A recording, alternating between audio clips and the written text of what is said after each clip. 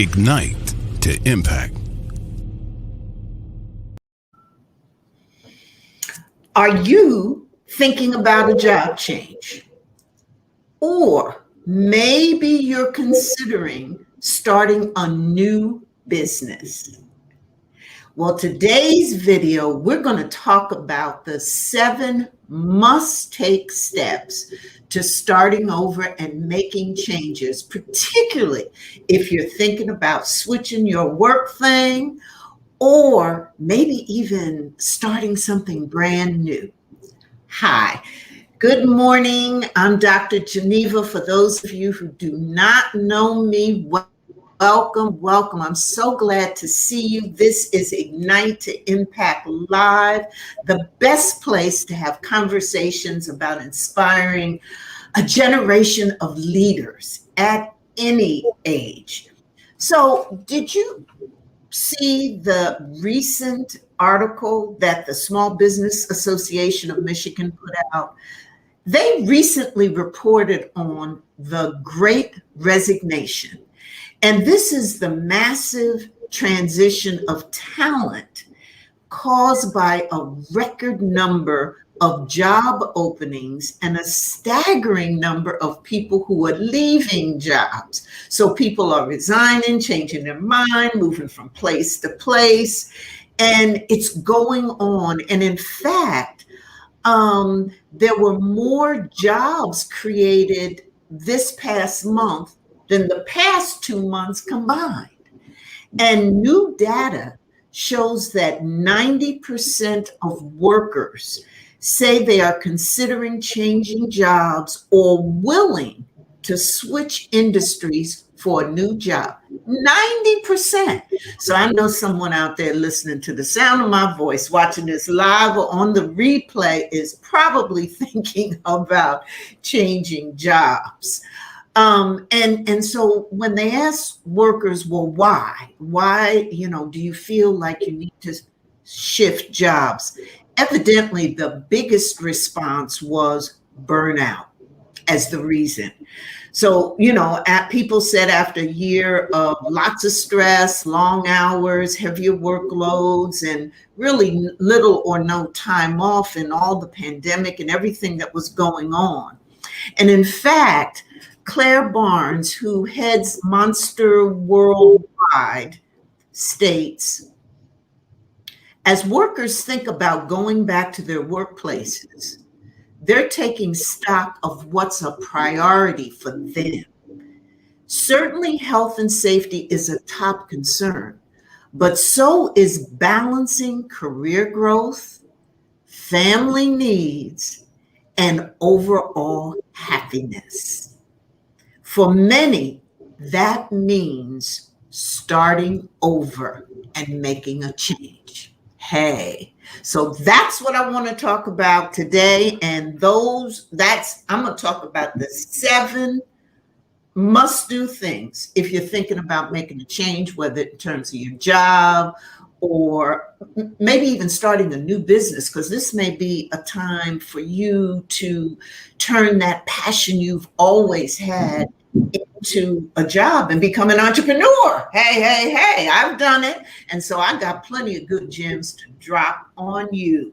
But first, you may notice that I am solo today. I wanted to come and try this Ignite to Impact Live solo. Usually I have a fantastic guest with me, but wait, that's not completely true, because guess who, I've got my producer. I know you all know Tisha Hammond. She's my producer, and she is backstage always making things work. So I want to bring her on to say good morning, the small business cheerleader, Tisha Hammond. Yes, good morning, Dr. Geneva. I love the topic as soon as I heard it. The Great Resignation, it sent my head in a ton of different directions. Certainly, I was a part of that once upon a time when I had to make a decision about, am I going to continue in a career working for someone else, or am I going to pursue a passion? Yes. So I'm all into this topic. Okay. All right. Well, I'm so glad, and I'm so glad that you're still here with me, because see, this is a solo show, and so Tisha's helping me with this solo venture that I have here, and we're going to have a ball. And so I'm going to bring her in from time to time to comment and let us know what she thinks about these 7 tips. So thank you, Tisha. Thank you, Dr. Geneva. Okay. So let's get started. So if you're just joining and you're wondering what the topic is today, the topic is the Great Resignation, the 7 must-take steps to starting over and making change. So these are the things that I think you must do. Okay, so first let's start with tip number, so these are, as I said, 7 to-dos. And the first one, and this is my favorite one, make a PAP. PAP, personal action plan. Now, if you don't have a personal action plan, you need to. And this is a guide for you that helps set your direction, helps create a vision, and helps you imagine your future and then be able to put that future into reality. And it's something you can think about in your head, and that's good. For us to sit and dream and imagine, and all of that's good, and then we think about the things we need to do, and that's good too. But putting it on paper and actually creating a step-by-step process is gold. And so as you're thinking about making change, changing your job or whatever it is, starting a new business, traveling more, whatever it is, whatever change you're thinking about making, you need to have a personal action plan. Now, listen, I got a real great thing for you. The Michigan AARP asked me to develop training sessions for people who are interested in creating their own personal action plan. And I did that. And you can run over to my YouTube channel and you can see it there. It's a step-by-step instruction. I break it down into 3 parts. And I want to give you a heads up for the 3 parts because it all fits into what we're talking about today. So the first part is you do need to imagine your future. You need to figure out what it is that you want to do, what you want to be, what you want your future to look like. And that ideal future, there are very specific ways that you can create that and make that come real. And then the second step in the second training session that I did was how to set your goals, how to make that what you dreamed about come real. And there's some very specific tricks and tips and specific techniques that in fact make this possible. So that's the second session, which is all about goal setting. And I do goal setting that's real, real-time goal setting that's been tested, tried, and works. Okay. And then the third piece, and this is something that I find that a lot of the training or things you read about setting goals and doing vision don't really include, and that is how, in fact, you can be accountable and how you keep yourself cared for during the process. So it's a real great 3-part session. I want you to go over and do that. But at the end of the day, the bottom line is that you need to have a personal action plan. That's a must step to do if you're starting over and making any changes. Then secondly, I want you to do a TSA list. Now, what's a TSA? Hey, well, we ain't gonna take a trip on a plane, but this is talents, skills, and accomplishments. So I want you to, pull out a piece of paper or get your journal, but that's even better, journals. Pull out a piece of paper and take some time in doing this. And on one page, put T for talents. And then get another piece of paper and put S for skills. And then get the third piece of paper and put A for accomplishments.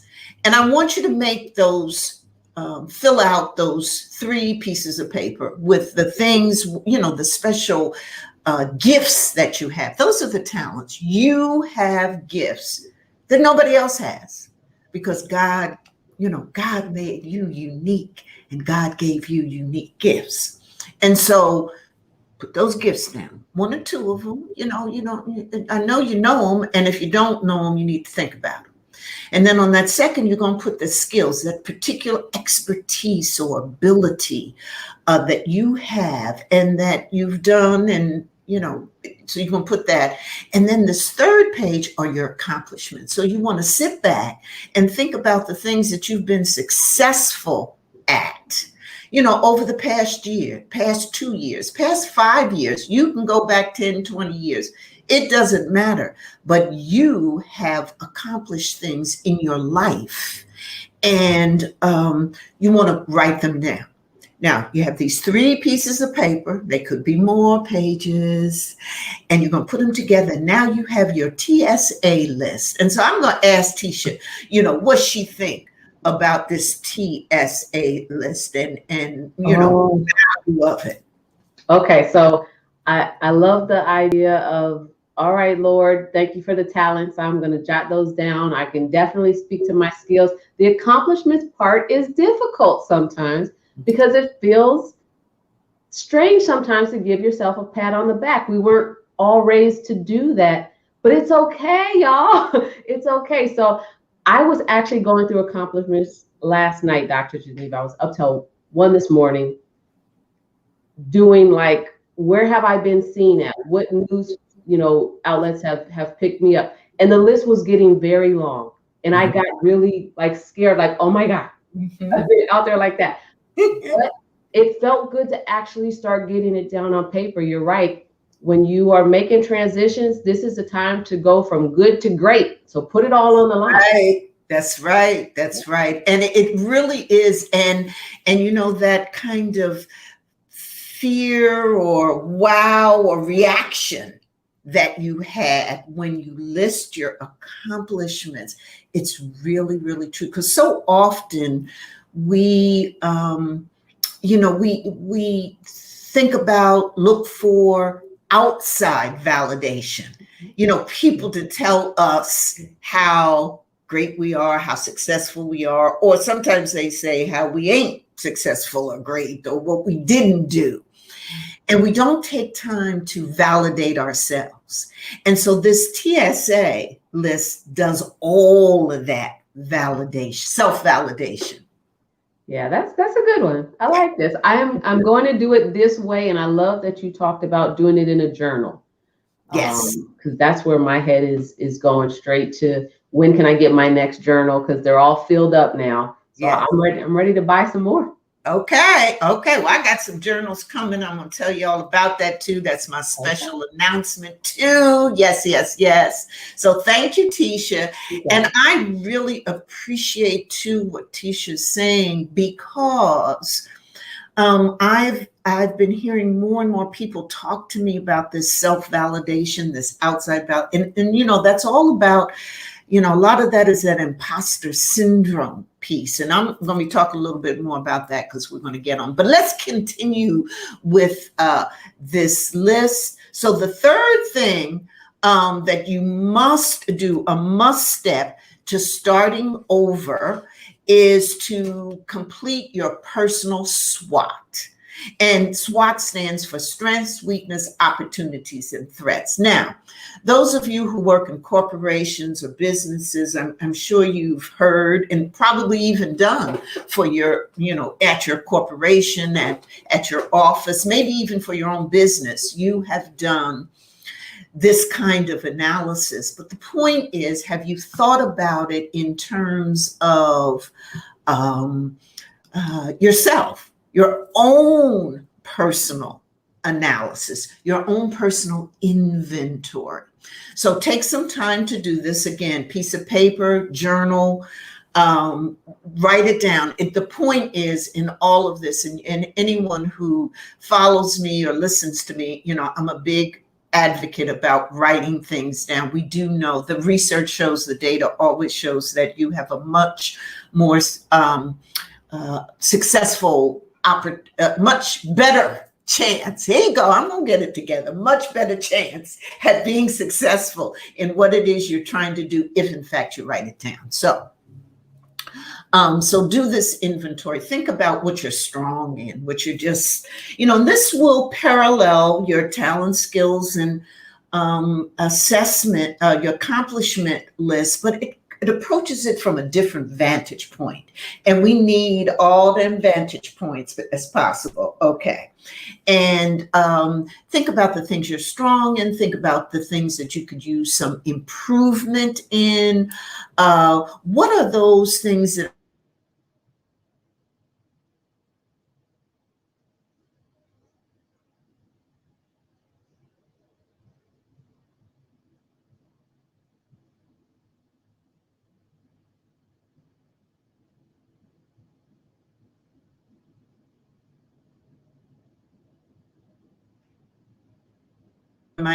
there we go. Okay, I'm bringing it back on. Okay, so we were doing some internet, something, whatever. Yes. But you get that number 3 about the personal inventory. Definitely got it. I hadn't thought about it that way. In the last couple of years, I've learned a couple terms. A personal board of directors, a personal board of advisors, and we're bringing things personal. It's getting real micro and granular, and the focus has got to be on us.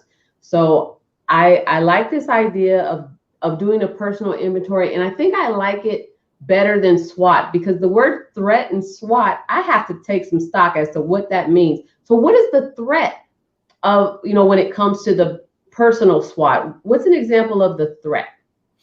Well, it could be that if you're going to start a new career, let's say, or start a new business, that maybe you don't have the capital for it.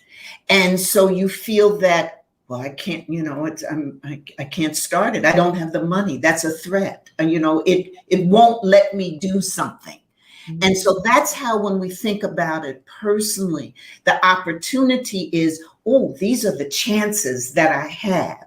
The threat part is, there's a barrier there. There's an obstacle there, something that won't let you do what you want to do. So that's how you think about it from a personal lens. Yeah, I like that. And it makes me think that when we take the time to really inventory or identify and put on paper in writing what our weaknesses are, that's not negative. It's a way of saying, hey, we recognize these aren't our strongest points. Maybe we can find someone to complement them. Maybe we can develop a skill to complement them. Go into some personal development, professional development training. I know you offer those kind of things, Dr. Yes. So this is really eye-opening for me. I've looked at the weaknesses and threats part of SWOT in a negative lens before. And I certainly wouldn't want to turn a negative lens on myself. So this is helping me kind of reframe that narrative. You're pretty good at doing that. Thank you. All right, so I appreciate that. Okay, so I love kind of this input we're getting, and thank you so much. So the next must take step, if you're making a change, if you're thinking about changing a job, what have you, is to research. Now, this is something that you can do. I mean, you Google everything else. Okay, so doing this for you and for planning out your next move or making a change, or if you're going from one industry to another, let's say you've been, well, like for me, I was for 40 years in the nonprofit world, and that's what I did. Worked in communities, worked in neighborhoods, volunteerism, worked with people, raised money for social issues and social needs. And then when I decided I wanted to make this transition, this switch to becoming an entrepreneur and establishing a leadership and professional development company, I had to do a lot of research on it. And so I was an expert in one field, and I had to become an expert in another. And so a lot of that was researching, learning, watching videos, talking to people. And so the research isn't just the Googling and hearing, but talking to people, getting out there, hearing places, going to seminars, going to webinars. The point of this is, whatever it is that you're moving to, whatever the new change is, the new environment is, you want to prepare yourself with information. You want to know and grab as much about that, this new move that you're making. Try to grab as much information as possible. So do that research, make it matter to you and dive into it. And oftentimes when you're doing the research, you're going to find a lot of things. And, some of it may be that, well, perhaps, I need to do something else. So research, and do that. And there's so many tools available. And the other thing is, don't stop doing that learning either. So thank you again for, being here. If you're on the live, drop your comments about whether or not you're getting ready to make a change or want to make a change. And if you're on the replay, would love to hear about it. And again, we're talking about the 7 things you must do if you're going to make that change. Okay, so here's number 5.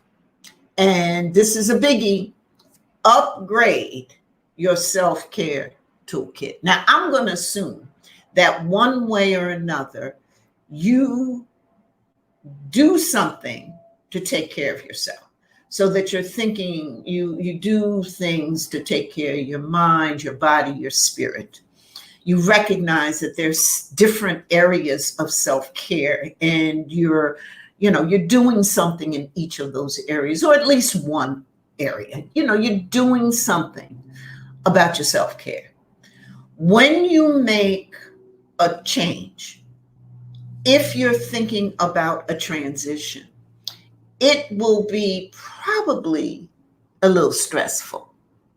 So think about how you're going to take care of yourself during what might be stressful times. And that's why I say upgrade your self-care toolkit, because I'm assuming you already got things and activities that you do to take care of yourself, but you need to up it, so that if you're working out on a fairly regular basis, you might want to add a day or 2 to your workout schedule. Or you may want, if you're a big cardio and you walk and you run and you swim, but you don't do any strength training, you might want to add that to your routine.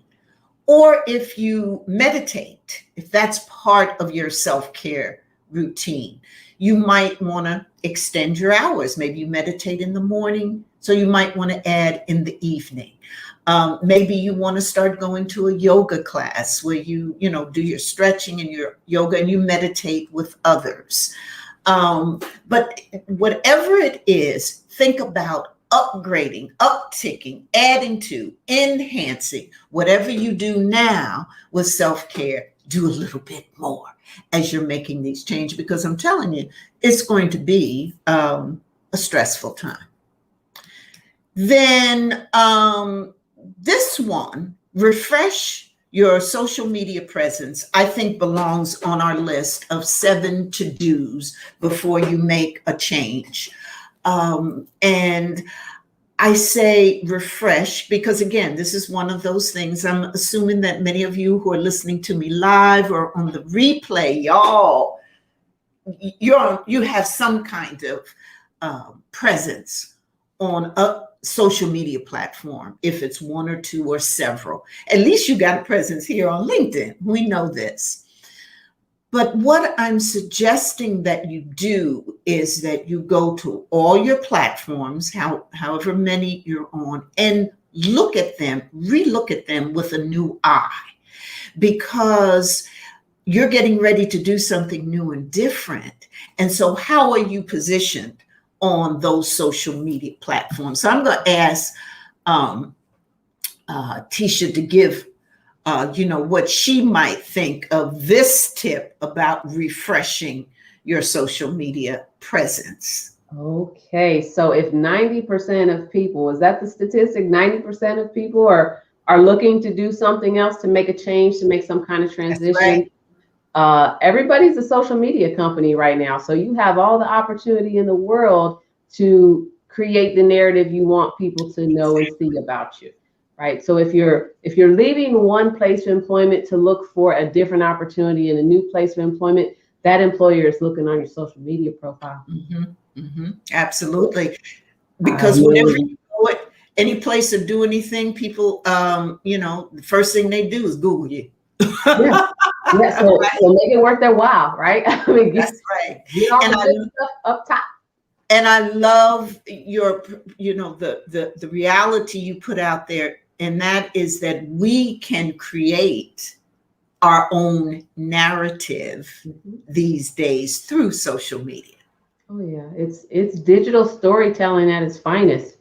And once you learn to, or once you embrace the idea that you're telling your story through technology, or even in your, hopefully we're still having regular conversations with people by telephone or FaceTime, whatever we're using now.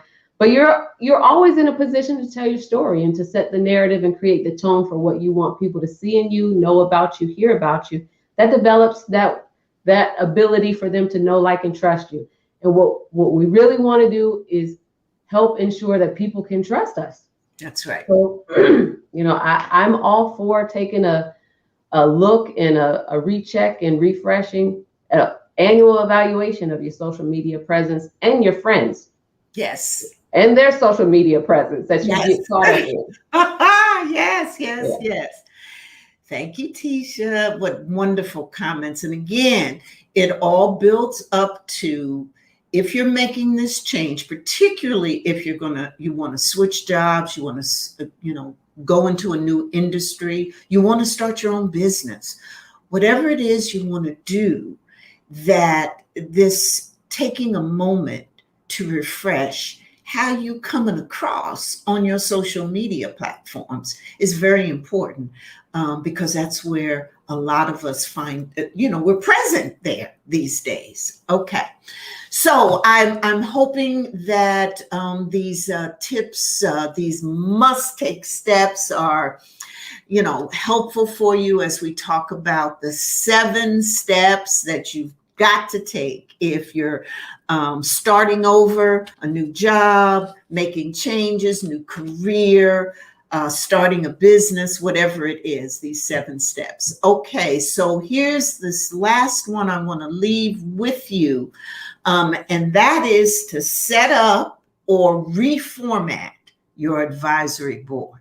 Now, Tisha made a comment about your advisory board, your group of advisors, whoever it is who you have, who care for you, cheerlead for you, support you, that if you don't have this group of advisors, you need to set it up, particularly now if you're thinking about making a change.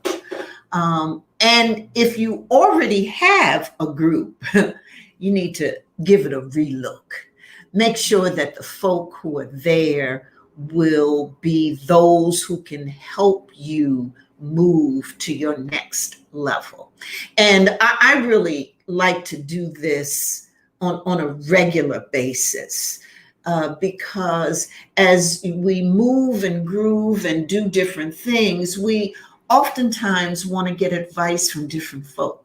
And I believe that, your advisory board, you need on there your cheerleaders, the folk that, hey, they in your corner no matter what you do. They are rah, whoever you are. And that's a beautiful thing. We all need that.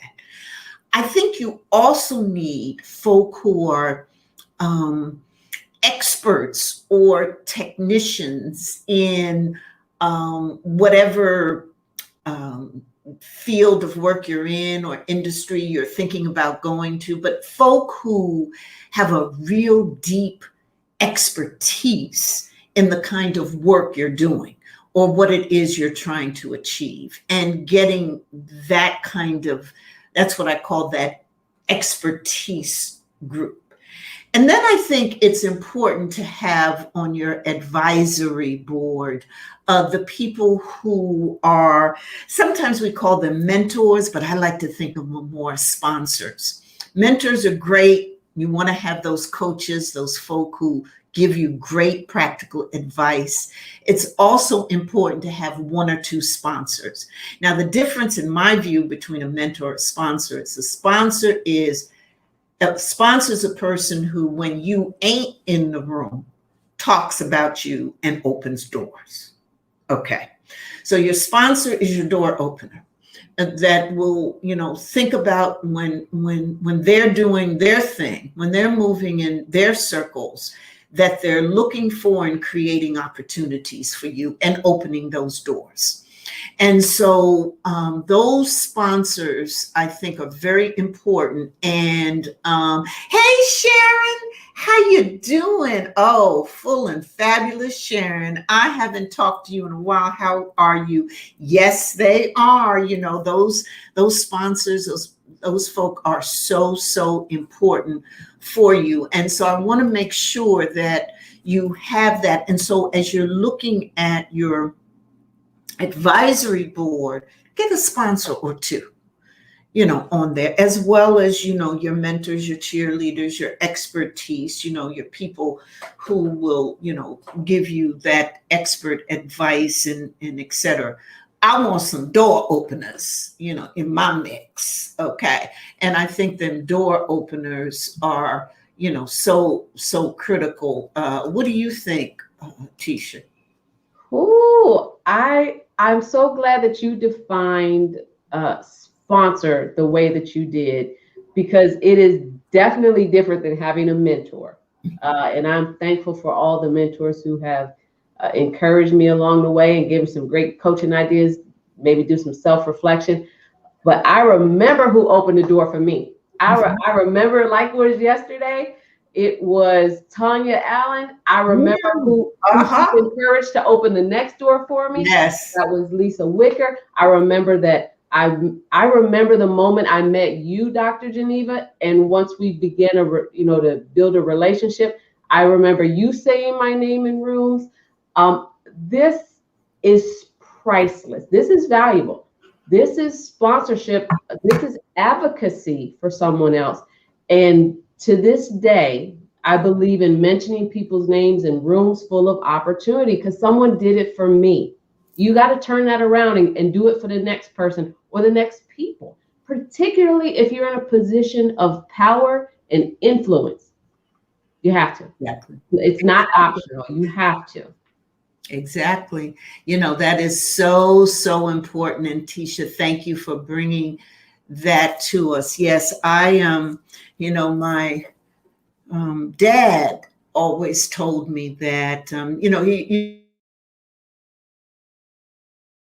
proud of me and what I would do. And he would always tell me he expected great things. And I loved hearing all of that. But he told me that, as I move along, I need to remember that I'm there by the grace of God, and I have a responsibility to bring others to the place that I am. And so as I began my career, starting through the United Way, I just made it a mantra of something that I did, always looking for opportunities for others, and particularly those who I knew needed a special door crack or an opening, wherever it was. And so sponsorship has become something that I deeply believe in. And I think it works. And if you can find one or two sponsors, that's how I made it through and got into so many different places, was because people were in rooms that I wasn't in and they was talking about me. Okay. And so you need at least one good sponsor on your advisory board. So listen, those are the 7 to-do, must-take steps to starting over and making changes. But you know what? I'm going to come back on here. You know, Tisha, I got to come back on here and I'm going to give a bonus step as you're looking at your transition and thinking about it. And that is, I want you to, as you're going through the hustle and bustle, as you're being excited about new adventures, as you're one of the 90% who says, I am looking for a change. I'm going to switch my jobs. I'm going to do something different.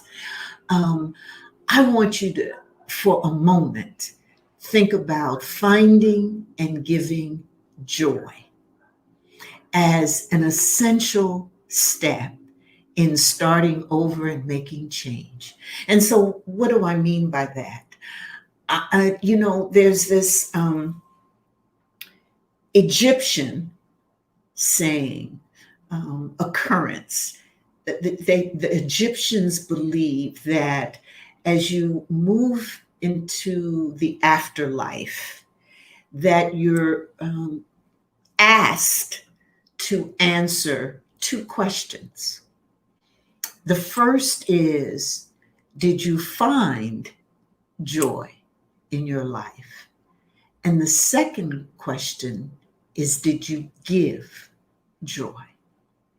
And I think this process of finding and giving joy is what really makes a lot of what life is about worth living.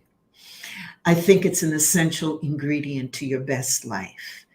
And while I know we're interested in, making that money, bringing in that income, having that influence, giving that impact, that your ability to find happiness in what it is you do and who you are, and your ability to give that happiness, that joy, give a smile to someone, light up a young person's life, or just have it smile on their face. All of that is part of this best life. And so as you're thinking about making these changes and starting over, remember that finding and giving joy should be on your priority list as well. And so as you're thinking about that new job, ask yourself, is it really going to bring you joy? So many of us found out during the pandemic, when we were in home, locked in, stay in shelter, gave us a chance to really figure out what was important in life. Finding and giving this joy is one of them. So those are the 7 must-do steps that I think are so important if you're thinking about making a change or starting over, plus a bonus step. And I'd really like to know what you think. Drop me comments, whether on the live, on the replay. Don't forget to visit my YouTube channel for 3 training sessions on creating your personal action plan.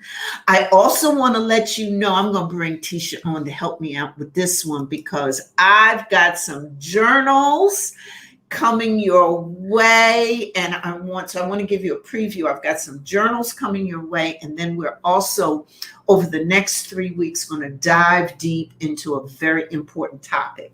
So the first thing I want to say is that I've created these 3 journals. I'm going to let you know when they'll be available on Amazon. They're going through, Tish, they go through that review stage, but The journals, one is on I Love Myself journal. Oh, you're going to be able to find all the ways that you can record and journal, the ways that you love yourself. And the second is a starting business journal. This is particularly wonderful for those who are starting a new business, entrepreneur, about how you can keep track of the things you need to do if you're an entrepreneur. And the third is for all of those book lovers. If you love to read, I've got a journal coming out where you can record all the books that you've read, talk about the plots, and just do some really great stuff with my 3 new journals coming out soon. Congratulations. I see myself in all of those things. I love the I love me kind of thing. I want to show me some love.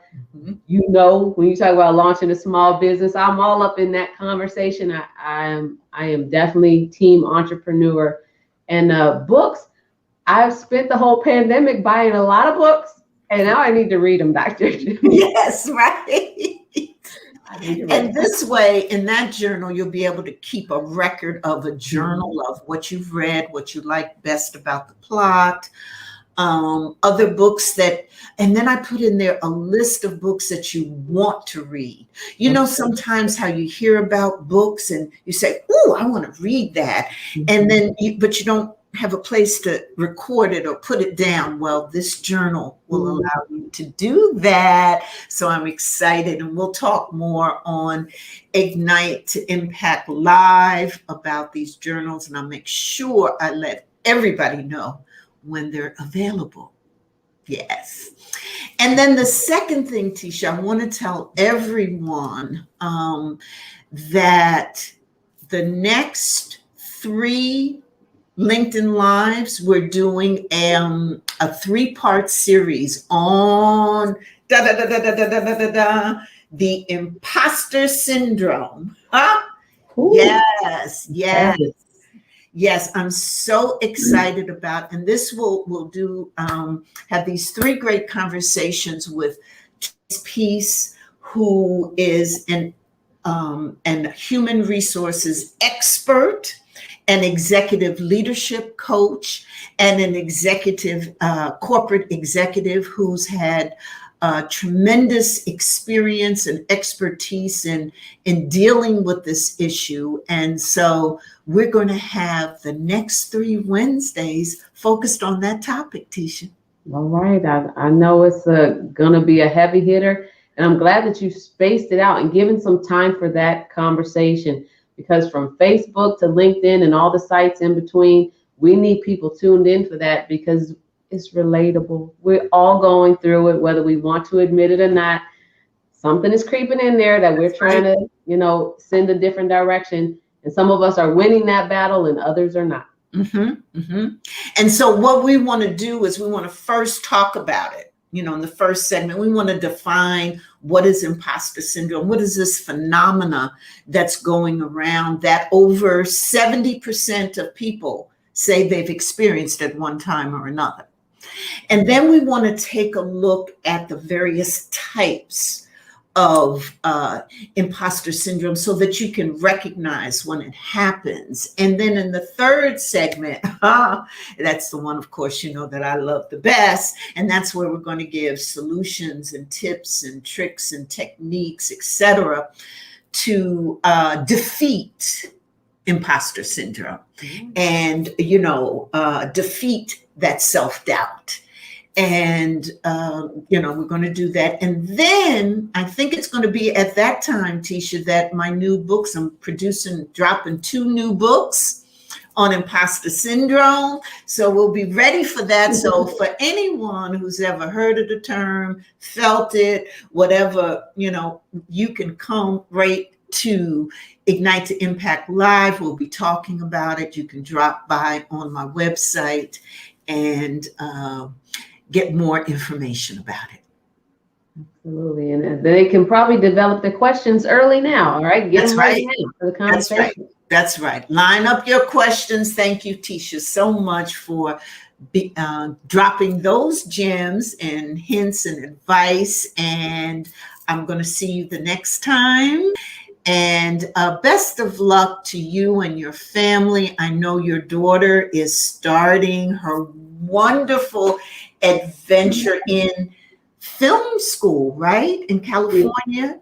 She's going to school for dramatic arts in Los Angeles. Yes. Oh my gosh, that is so wonderful. Congratulations to her and to you and your family, because I know it's that love and support surrounding her that will help her be everything that she wants to be.